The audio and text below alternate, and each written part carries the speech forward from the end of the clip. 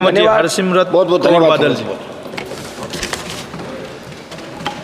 Sir, मैं तो मांग करूंगी कि इस बजट का नाम बदलना चाहिए, क्योंकि ये देश का बजट नहीं, ये सरकार बचाओ बजट है। जे देश का बजट होता तो फिर देश में 28 राज्य हैं, कितनी सारी यूनियन टेरिटरीज हैं, सब मिला के तो ये तो 37 के करीब हो, लेकिन पूरे बजट में केवल 9 राज्यों का नाम था और सबसे उसमें ज़्यादा बजट तो वो 2 राज्यों को मिला जिसकी लाठी के, जिसके कंधे के सहारे में ये सरकार चल रही है। तो ये देश का बजट नहीं सर, ये सरकार बचाओ बजट था। और सबसे बड़ी दुख की बात तो ये है कि बजट में नेचुरल कैलेमिटीज़ और धर्म के नाम पे भी पक्षपात किया गया है। ये तो मैं पहली बार ही देख रही हूँ। बहुत अच्छी बात कि आपने धार्मिक स्थानों को, बोध गया को, राजगीर को, जहाँ जहाँ आपने दिया, बहुत अच्छी बात है।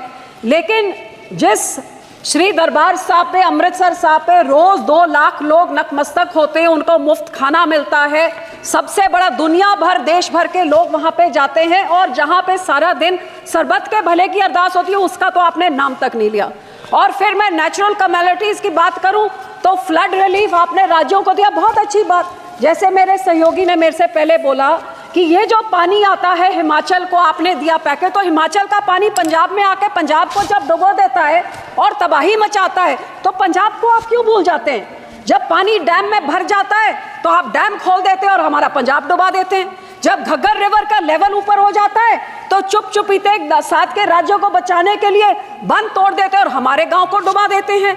तो जब बाढ़ आती है तो उनको आपने दिया पैकेज, में उसका आपको आभार प्रकट करती हूँ, लेकिन हमारे राज्य के साथ क्या दुश्मनी है?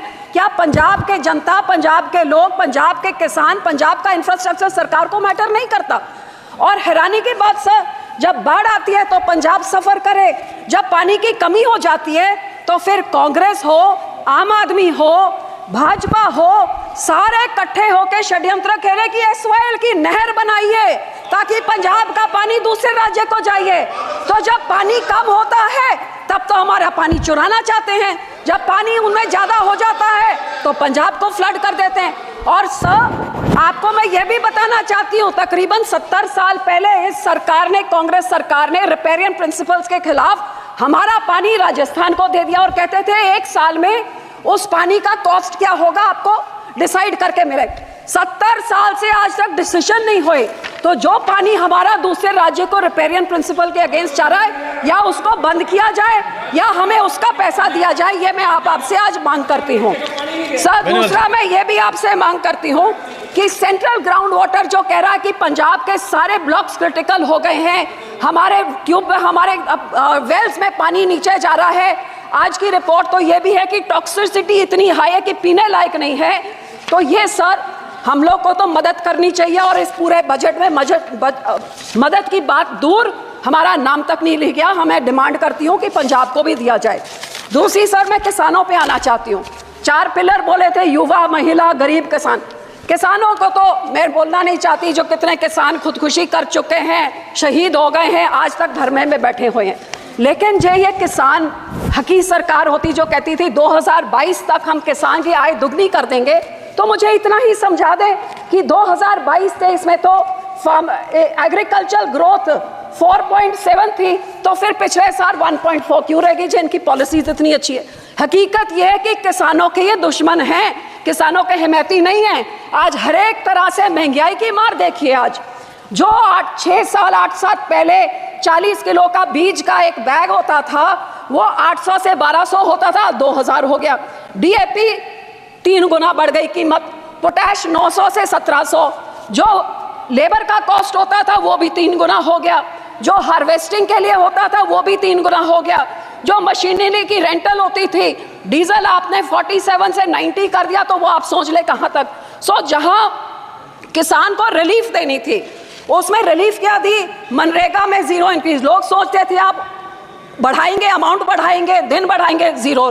क्रॉप इंश्योरेंस क्रीप को -2.6% उसके अमाउंट में कटौती करी।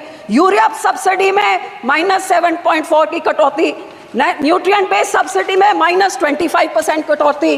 गरीब कल्याण योजना का बजट 3.3% घटा दिया। किसान सम्मान निधि का 10% घटा दिया।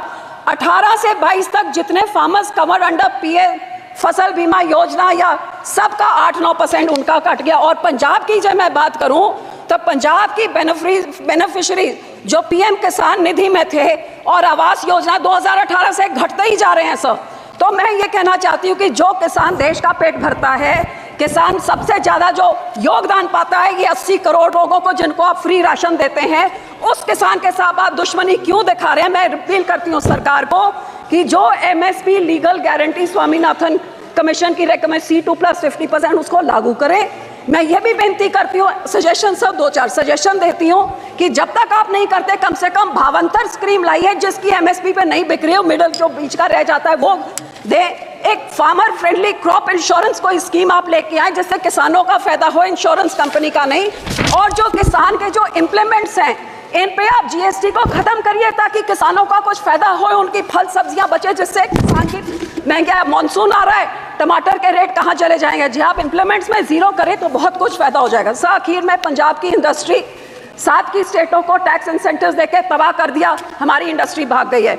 मैं सिर्फ इतनी बेनती करती हूँ कि FN साहब लुधियाने गए थे, वो मंत्री बनी बैठे हैं अब, वहाँ पे लुधियाने गए थे जहाँ पे उन्होंने MSME इंडस्ट्री को बोला था कि जो अमेंडमेंट 43B जिसमें मैंडेट किया जाता है कि 44 डेज में आप पेमेंट करिए नहीं तो आपके जो टैक्स इंसेंटिव फॉरफिट हो जाते हैं, वो इस बजट में उन्होंने नहीं किया। वो बहुत देख रही थी कि इंडस्ट्री करे। सर 2 मिनट, जो हमारी साइकिल इंडस्ट्री है, जो हमारी स्पोर्ट्स इक्विपमेंट इंडस्ट्री है, मैं आपको बेनती करती हूँ इंसेंटिव इंटरनेशनल बॉर्डर पाकिस्तान के साथ 2019 से हमारा वाघा बॉर्डर बंद कर दिया है, बहुत नुकसान हुआ है। ये बॉर्डर खोला जाए और हमारे राज्य को कोई टैक्स इंसेंटिव्स दिए जाए, साइकिल इंडस्ट्री को, स्पोर्ट इंडस्ट्री को बॉर्डर खोल के, ताकि हमारे इधर का व्यापार बढ़े और नौकरियां भी बढ़े। आखिर में सर मैं सिर्फ आपको यही कहना चाहूँगी, ये कांग्रेस पार्टी और आम आदमी पार्टी ने 10 सालों में पंजाब के खजाने को लूट के तबाह कर दिया है। हमारा यहाँ पे इतना ज़्यादा करोड़ 3.4 लाख करोड़ का कर्जा एक छोटे से राज्य पे चढ़ गया। GSDP रेशो 49% हो गया है। तो सर आप इनको सजा देने के लिए आप RDF रोक देते हैं, हेल्थ मिशन का रोक देते हैं, पर पंजाब के लोगों का क्या कसूर है। मैं आपको बेनती करती हूँ, जो हमारा पैसा है वो पैसा आप दीजिए।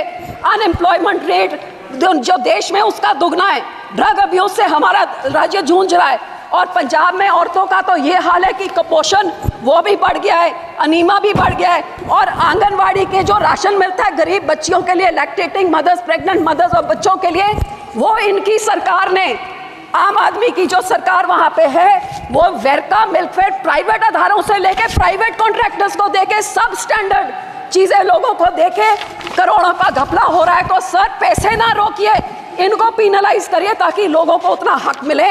और सर आखिर में मैं यही कहूँगी कि सबसे highest population 32% SC population Punjab में है सर। सबसे बड़ा ग्रैनरी को योगदान पंजाब देता है। फ्रीडम स्ट्रगल में सबसे बड़ा योगदान हमने दिया। इस राज्य के मांगों को पूरी करके हमारे किसानों को हमारे चंडीगढ़ की राजधानी हमें दीजिए, हमारा पानी दूसरे राज्यों को जो आ रहा है उसको रोक के उसकी रॉयल्टी हमें दीजिए, नहीं तो वो सारे फैसले रिवोक करके हमारा पानी पंजाब पे रखिए। धन्यवाद जी, धन्यवाद करती हूँ, शुक्रिया।